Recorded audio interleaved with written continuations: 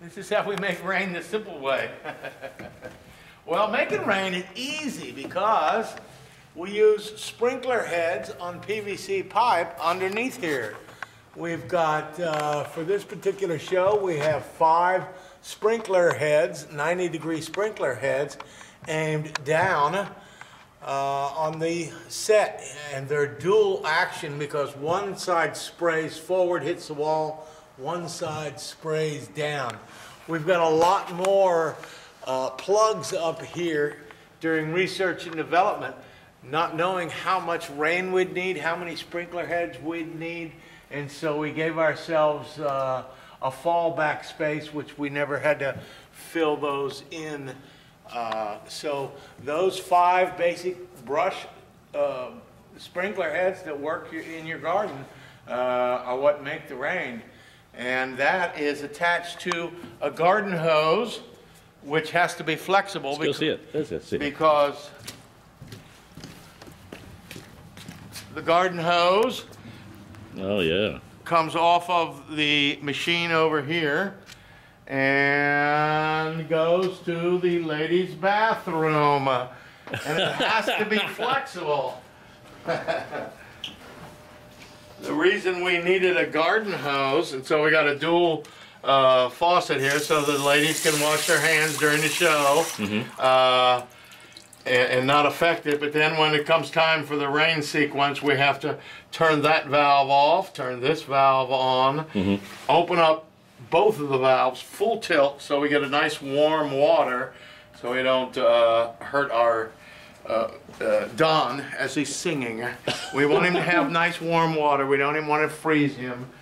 And this has to be flexible with the garden hose and the drain hose because this is one gigantic truck with 18 wheels on it, which has to stay upstage back there during the whole show, hidden by all of the curtains and such, so no one actually sees that. It sits way back here, and then right as Act 1 is about to end, we have 5 men push this whole truck forward for the rain scene right behind the proscenium. Back here you see the most important part, which is the drain. Basically, this is a corrugated drain, which usually goes underground from your house gutters, and we use that because it is flexible and it has to be one piece so we don't have any leaks in it anywhere else. It folds underneath a drip edge. It's just like a drip edge that fits on the edge of your house, right at the edge of the shingles, and that drip edge is waterproofed to the top of the truck, and then the drain line, this drain line slips underneath it. We had some failures because this was not strong enough to hold all of the water, so I had to install an actual gutter underneath here, the same 5-inch gutter that you use on your house, and finally when we installed that, it made the entire drain rigid enough to not collapse under the weight of the water. Plus, it gives me some emergency. If something should happen, it will catch all the water and it will go out the other end. But that has not happened yet, and nor do I ever hope that it happens. So what's with the L brackets? The L brackets actually push the plastic corrugation backwards so that it doesn't fold back underneath the drip edge, which is what the big problem was. A couple times I did it with just the corrugated drain line. It got so heavy it drooped and it came out from underneath the drip edge and then spilled onto the floor. So even the straps, all those straps that we have on here still weren't enough. That's right. And the L brackets basically push this back, which pushes the upstage side of the drain up, which keeps it underneath the drip edge, and we haven't had a moment's worry since then. Wow. So that it was a lot of R&D involved in this. 5 months of planning, and then you come out here, and then all of a sudden you go, oh my goodness, what do we got?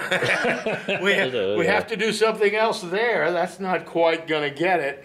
And so once we added that aluminum gutter underneath, the drain that does all the work, that solved all of the problems. And it's basically a level platform. That's probably in drainage one of the most important things that occurred, because I was concerned about making this platform. This is basically a tub here. I've got a 1x4 caulked in around it, waterproofed around it, so that no water can spill off onto the stage. We get a lot of water on the stage from splashing, but the 1x4 around the edge creates a 3/4 inch height on the downstage side. And I thought I had to tilt, through all my months of research, I thought I had to tilt this back end, worrying about draining the water off into that drain. Once I got it out here, my brain clicked in and said, water finds its own level. I don't have to tilt this thing. I can make it So it's not sloped? It's not sloped. No, it's not sloped at all. I can make it perfectly flat and put 3/4 of an inch in the front. The water will never raise higher than that because of the opening. Now, here's the key. Underneath this wall, this is a gigantic 12-foot wall made with regular Luan flats, sitting on blocks of 3/4 inch wood every 2 feet or so.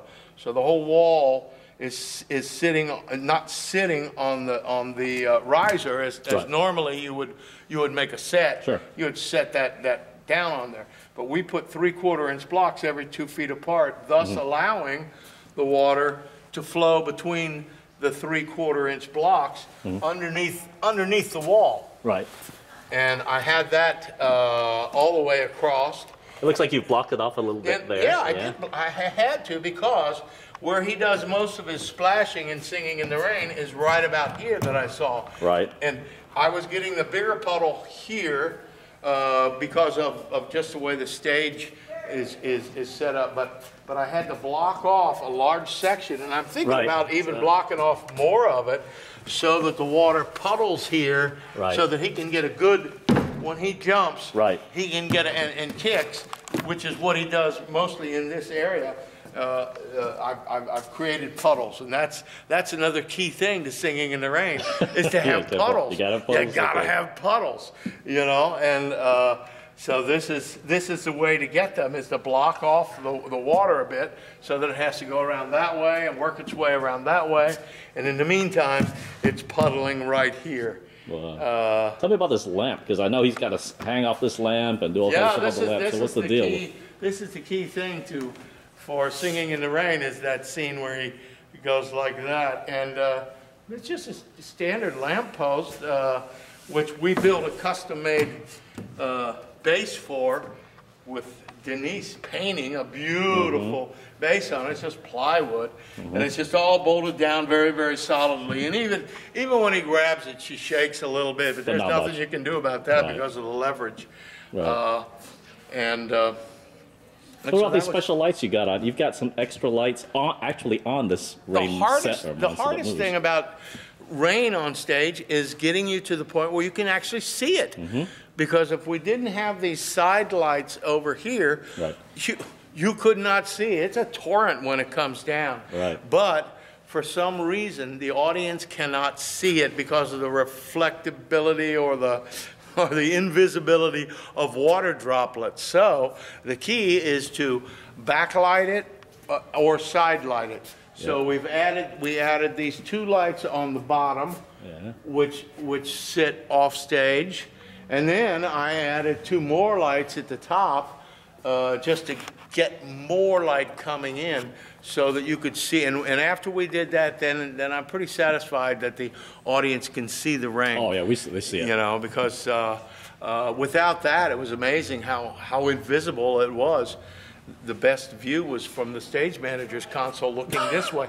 It looks like a hurricane, you know, from this side and that side. Absolutely. But from the audience, there was hardly anything. That's so, you know, we have to make the audience see the rain. So what are the dimensions of this thing? This is 22 feet wide. It's 5 feet deep. and it's 12 feet high. Wow.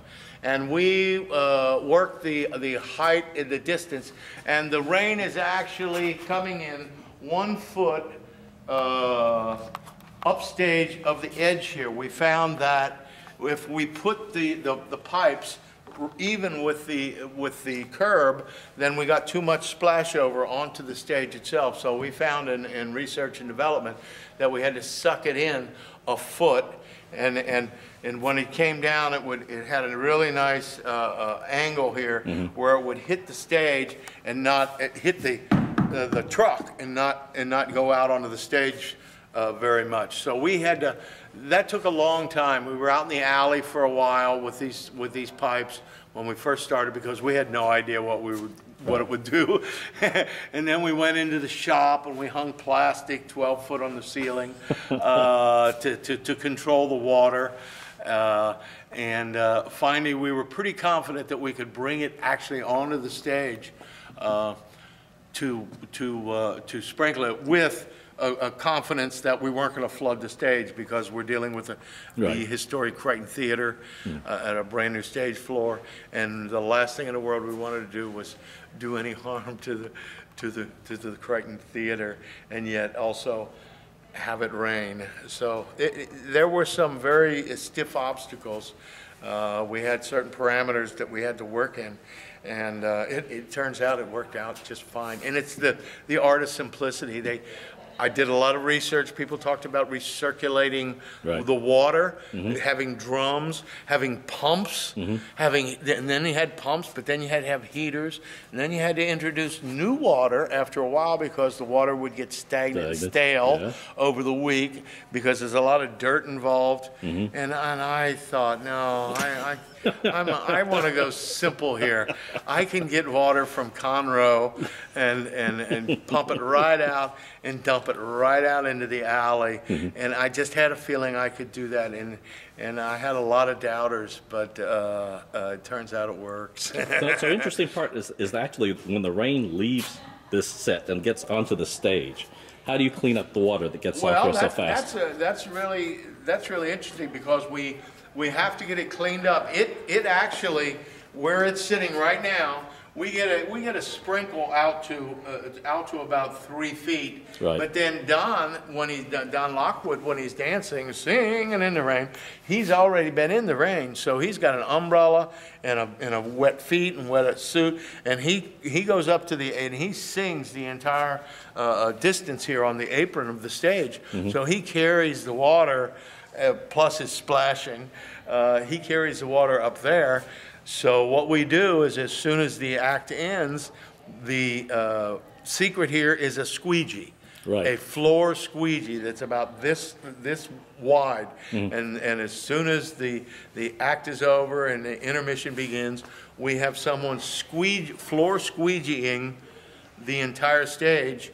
We bring in 2 fans that blow on it, and we have a wet vac. As he squeegees the puddles upstage, the wet vac collects them. And they're down to about 2.5 minutes of clearing this entire stage, which is about, my guess is 15 feet that way and 26 feet this way. And they cleared it all. And they clear it all, and it is totally dry in 2.5 minutes so that we can drop our main and be out of the way of the intermission, because we didn't want to interfere with the intermission. And that's amazing. So it's all about the squeegee. It's all about the squeegee. So about how much hardware do you think, in terms of dollars, you think is in this set? Oh, golly, 1,000, 1,500, or less than that? In this particular set? If we don't count the reuse, because the lamp is reused, because we've had that from before. Yeah. I mean, the lights exist. I mean, the pipes in the hose in the drain line, I would say there's probably only about 400 new dollars in it. It's probably only 400 new dollars in it. Of course, I have sprinkler hoses next door, which have never been used. They're the kind you spread out in the garden. I bought some stuff that we didn't even use. We had intended, okay, we'll buy this. We don't know what's going to happen. Sure. We had to buy lots of extra PVC because we don't know what we're going to reuse or use. And then the big drain line. We had to buy 100 foot of flexible drain line, and you know, that's like 60, 70 bucks in that. And the angle iron's probably one of the highest thing, all those darn little pieces of angle iron which had to be there, which really helped it. And then there's styrofoam in the set too. We used an awful lot of styrofoam. That sounds like a Denise touch. And really there was a lot of expense. All of the joints are taped on this with a waterproof tape, which is like $26 a roll, which I managed to cut in half to get more of it because there's 100 feet of it taping all of the joints behind this paint. And I had to ensure that I was creating a waterproof. I didn't want to hurt our flats, which are just Luan flats, and they get flooded with rain. You're close up now. Do you want to see how flooded they get with rain? Oh, yeah. All right, well. Follow me. We have. Are you following me? Yeah. I'm following. We have this. The final valve is there. Right. That's the final valve. So that right before the rain begins. Yeah. Oh, there we go. Yeah. We go into the bathroom. We turn both faucets on full. Yeah. Then we turn this arm on. So now it's heading to the set. Yep. And then Anna, and the last moment, when they're about here, just turns this valve on. The garden hose goes to the PVC, to the bush sprinklers, and then she lets her go. And there it comes down. And there it comes. and the awning is really a big plus for this particular set piece because for some reason the lights love to catch the edge of the awning and the water coming down from that. Right. And that was really a great addition. And it's hurricanic when it comes, and it's splashing off the windowsill. And all that stuff is caulked. Usually I don't caulk anything on a set, but on this particular I had to waterproof everything. And if you see all that and then take a step behind here. Yeah, we see the water coming now. Yeah. We're not losing any water through the set at all. It's all going on top of this metal drip edge. Right into the gutter.